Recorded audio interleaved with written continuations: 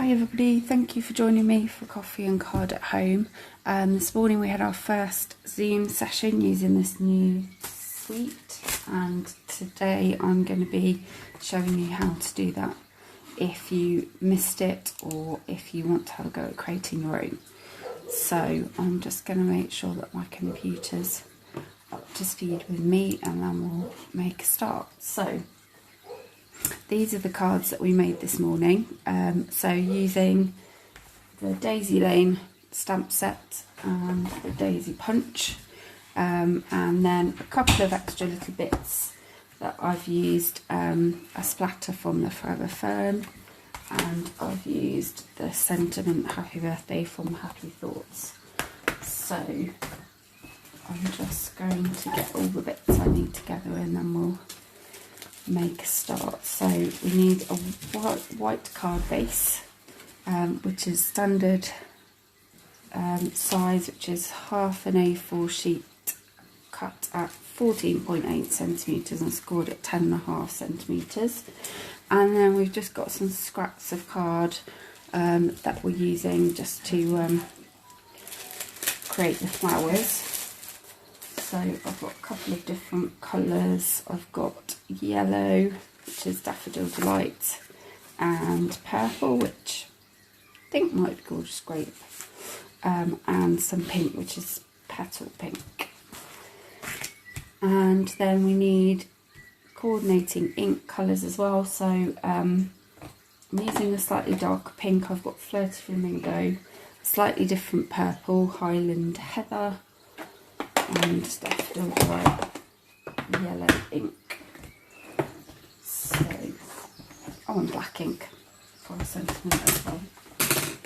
So we're going to start off by cutting out our daisies. So I think in this case they look a bit more like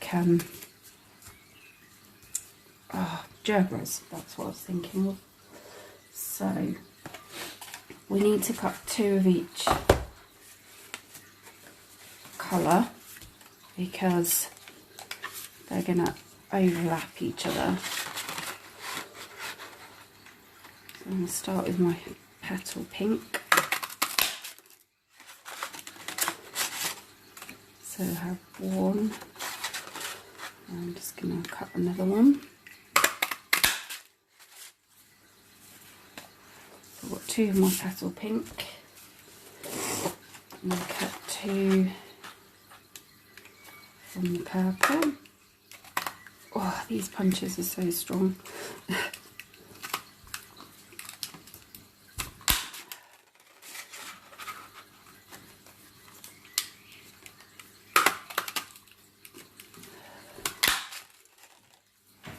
Two purple, and then 2 from yellow.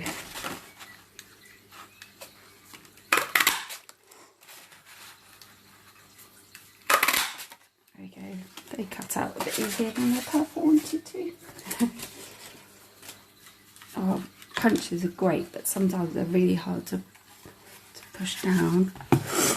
So I've got my daisies ready. I'm just going to get those glued together then. So all I'm going to do is just put a little bit of glue in the middle here. So I'm just using Tombow, and then I'm going to lay the other flower over the top so that it looks like a fuller sort of flower, and then just hold it in the middle for a minute just to let the glue set.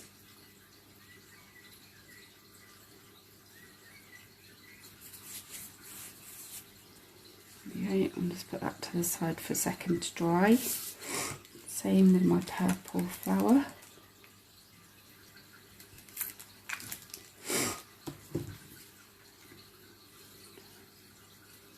So you can just give it a bit of a wiggle. That's the nice thing about the Tombow, is it doesn't set straight away.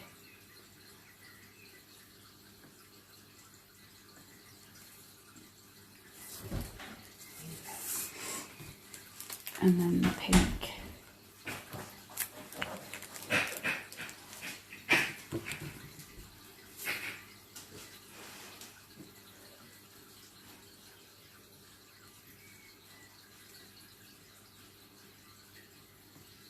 Just let that set for a minute. So just while I kind of leave those to dry off a little bit, you'll notice that the centres of my flowers have been done with a small circle punch. Now, we don't have a small circle punch at the moment. This is one from a while back, the 1/2 inch circle punch, which I've kept just because obviously it's so useful for so many things. This works perfectly size-wise for this. If you didn't have anything like that and you've got any of our old faceted gems, they look brilliant. I don't have any anymore, which is a shame because they were fabulous for centres for the daisies. Or you could maybe use a button, or if you've got some slightly bigger gems. But I think it looks nice if you've got something on there that you can use. You could use the centre from the Daisy Lane set if you wanted to, so you can see you've got the centre for the larger daisy here, which you could use if you wanted to just in-cut that centre bit and just use that. So I'm just going to punch out 3 circles, and then what I've done is I've matched them up so that they have a different colour with them. So let's do a pink one and a yellow one, and then a purple.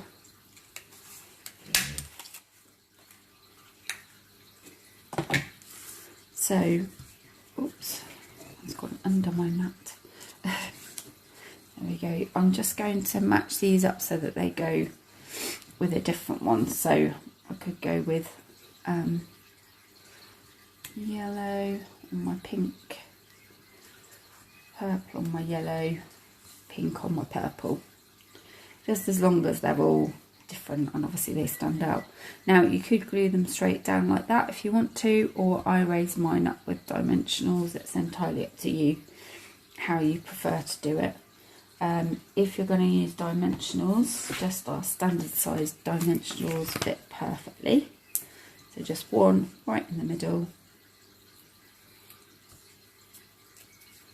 and then pop it in the middle of your flower.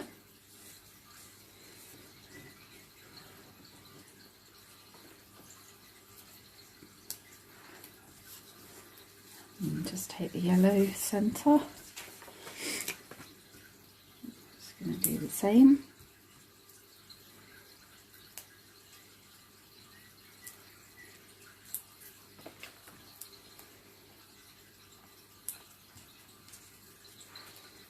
And then the purple centre.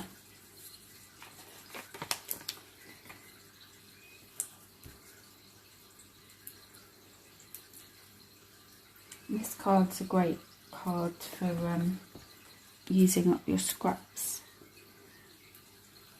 as well. It's always useful because we always have loads of coloured scraps everywhere, don't we? So I'm just going to put my flowers to the side. I just want to show you how I've done the background. So I've just used one of the splatter patterns. I showed you I'd used the one from Forever Fern. And I've just coordinated it so that the centre matches the splatters behind the flower. So this one has yellow splatters because of the yellow centre. This one's got the, I just realised I put those the wrong way round. I hadn't even spotted that earlier on. The purple should have been here and the yellow should have been there, but it doesn't matter obviously, so it's fine how you do it. So that's why I wanted you to find the 3 colours that coordinated with your flowers. So we're just going to take our white card base, score that in half, and then I'm going to go with let's go with our yellow in the corner here. So, and I'm just going to do random stamping over in that corner, kind of first generation, second generation.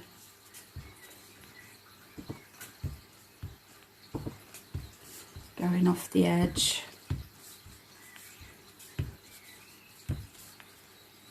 And then you can just put your flower on to see where it will go, to see if you're happy with how much you've got behind it. So I think I'm happy with that as that is.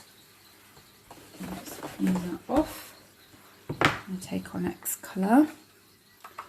So I'll go with my purple next. So I'm using Highland Heather for this one. Again, same thing. Do a bit of overlapping with the colours you've already got there. You can go off the edges, you could go right up to the top if you want to. It's really quite random. And then finally I've got a pink. I'm using a slightly darker shade of pink just because petal pink is quite pale. So this one's Flirty Flamingo, and I'm just going to get the pink on here.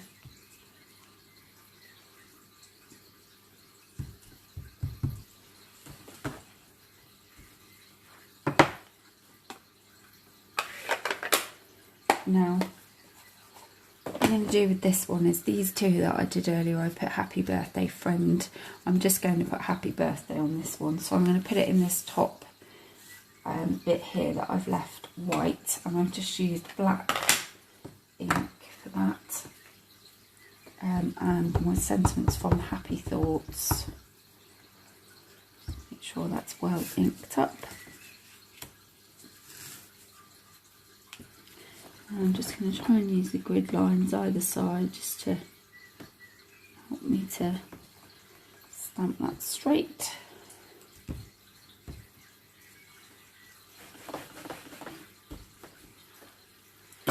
And then that is all of my stamping done then. So I'm just going to work out where I want my flowers to go.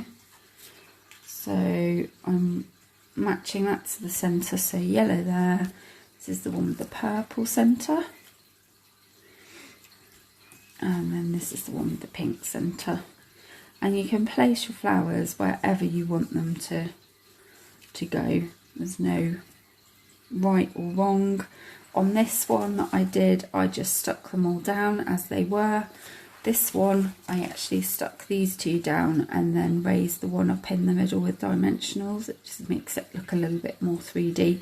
And I've also curled my petals a bit, which I'll show you how to do in a second. So I think I might do the same as I did for that one. I'm just going to put a little bit of glue on the back of that flower. And then place that one down there. Then my yellow is going in the middle, so I'm going to put a bit of glue on my purple one. And I'm going to have that one there. And then my yellow one, I'm just going to put one large dimensional right in the centre.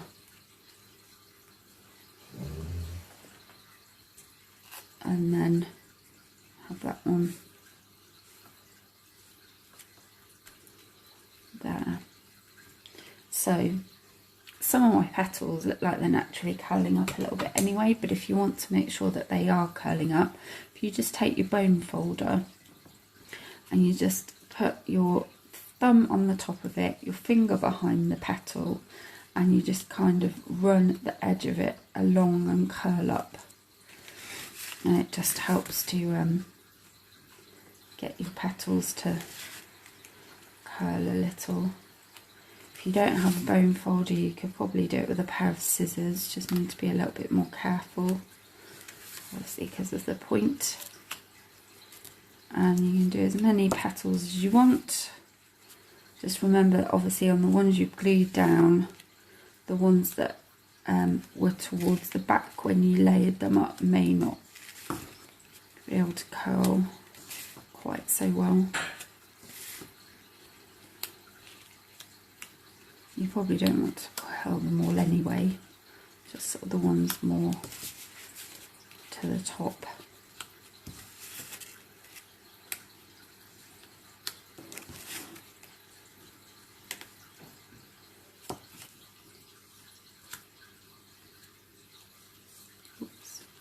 Try to be careful not to bend it like I nearly did just then. And then that one's finished. So you see there's slightly different versions, all quite similar. This one obviously all stuck down flat, just with the centres raised up. These two with the middle flower raised up a little bit more and the petals curled. I think it just helps to make it have a bit more impact, a bit more 3D. So you can play around with those and see what works best for you. So just a quick recap of what I've used. So we have basic white thick cardstock for the base, which is standard C6 size, so that's 14.8, half an A4 sheet cut at 14.8 and then scored at 10.5 centimetres. We've used scraps, which you can use any colours that you've got to hand, cutting out 2 of each colour in the daisy, and then a small circle or gem or whatever you can find button for the centres. We've used Tombow for the glue, dimensionals to raise the little bits up that we've raised up, and then we've used coordinating inks to match the cardstock, and then a standard Memento black just for the sentiment. The sentiment was from Happy Thoughts, this was from Daisy Lane, and then the splatters were from Forever Fern. That's the one. And that's it really, but a nice bright spring kind of card, hopefully to help cheer us all up a little bit. And that's the first of our Daisy Lane cards for this month of Coffee and Cards. So next week we'll be doing week 2, and that will be slightly different with a little bit more stamping involved. But I think still using the punch next week as well. If you've got any questions about anything, either drop me a note in the comments or you can message me directly and ask me. If there's anything that you've seen that I've used tonight that you'd like to purchase, then obviously please do get in touch and I can help you with that when I place my next order. And everything that I've used can be found in our current catalogues or on the Stampin Up UK website.